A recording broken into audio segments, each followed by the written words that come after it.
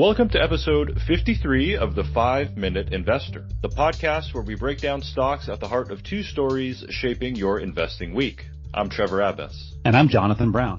Each week we bring one stock, one headline, and one reason investors should care. This week, we're highlighting oil and gas companies operating in safe jurisdictions that make a strong case for weathering ongoing market volatility prompted by the U.S. and Israel's invasion of Iran, as well as the latter's closing off of the Strait of Hormuz and subsequent attacks on the Gulf region. Our first stock to talk about is Canadian Natural Resources, CNQ, on the Toronto Stock Exchange and the New York Stock Exchange. It is a senior crude oil and natural gas production company with assets located in Western Canada, the UK portion of the North Sea, and offshore from the Ivory Coast, in relatively stable, low-risk jurisdictions far removed from Middle East geopolitical volatility.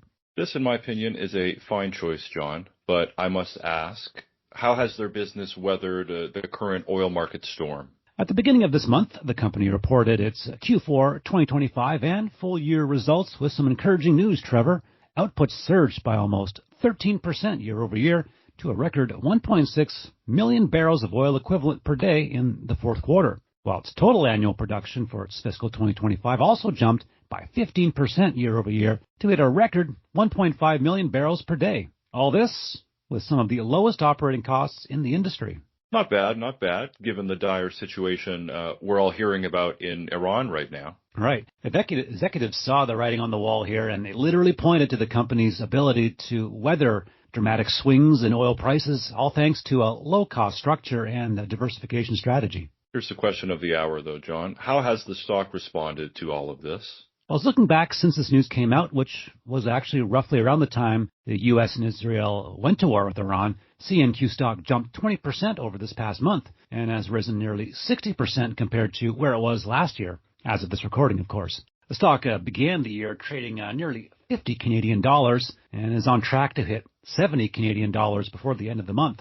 Now let's indulge our friends on Wall Street for a second. On the NYSE, it has seen the same 20-odd% gain in March and has risen over 60% in a year. That's some facts for thought for you. We often see cases where stock performance does not reflect operational success, but in the case of Canadian Natural Resources, it looks like a perfect confluence.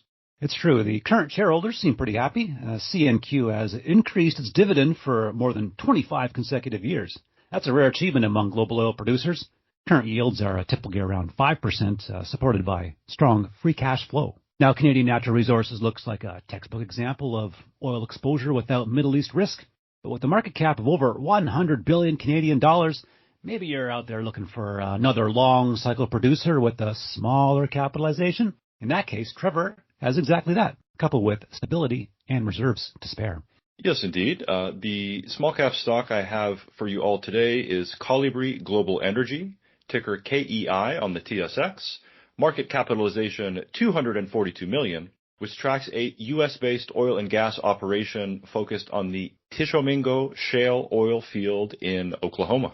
Oh, that's a mouthful. So what sets Kolibri Global Energy apart from the currently volatile oil market environment? Well, John, besides operating as part of one of the most powerful economies in the world, the company's proved reserves of 40.8 million barrels of oil equivalent are valued at $441 million US, which is more than twice its market capitalization, offering investors an initial sign of undervaluation. That's impressive.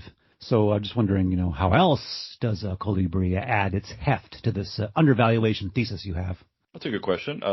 The company's financials really do most of the talking, painting a clear picture of profitable growth that any reasonable investor would expect to yield shareholder value. Three metrics to highlight include production growth from 1,000 barrels of oil equivalent per day in 2021 to 4,500 BOED in Q4 2025, production and operating expenses of only $7.33 per BOE in 2025 and only $7.44 per BOE in 2024, Additionally, we have consistent net income of $19.2 million in 2023, $18.1 million in 2024, and $15.5 million in 2025.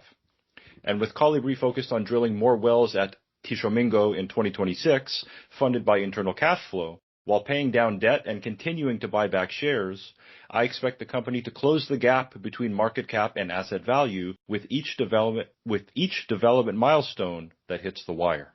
That's a strong case. So what can you tell listeners about how Kolibri shares have mirrored this attractive underlying business? The key point here is that the mirror is cracked, with investors shouldering about a 40% loss over the past year, despite the company's standout financials, likely because of market trepidation in the face of an increasingly dire situation in the Middle East. And at such a pronounced loss, clearly dislocated from fundamentals, the only reasonable conclusion is that an investment in Kolibri today represents the juiciest of bargains, especially for those keen on diversifying their energy portfolios away from the Middle East without compromising on operational quality. I'm told I lack patience. How soon might it be before a Kolibri stock shows signs of a reevaluation? As far as publicly available information goes, it could be as soon as next quarter, with cash flow from 4 wells that started production in Q4 2025 positioned to improve this year's financial results and jumpstart investor momentum, which will only be compounded by the efficiencies afforded by higher oil prices. As always, you can find links to the articles from today's episode in the show notes and more investing insights on stockhouse.com. And you can find the 5-Minute Investor on Spotify, YouTube, iHeartRadio, Stockhouse, or wherever finer podcasts are found. This podcast is produced in partnership with Canadian Natural Resources Ltd. and Kolibri Global Energy Inc. and is intended for informational purposes only. For full disclaimer information, please visit stockhouse.com/disclaimer.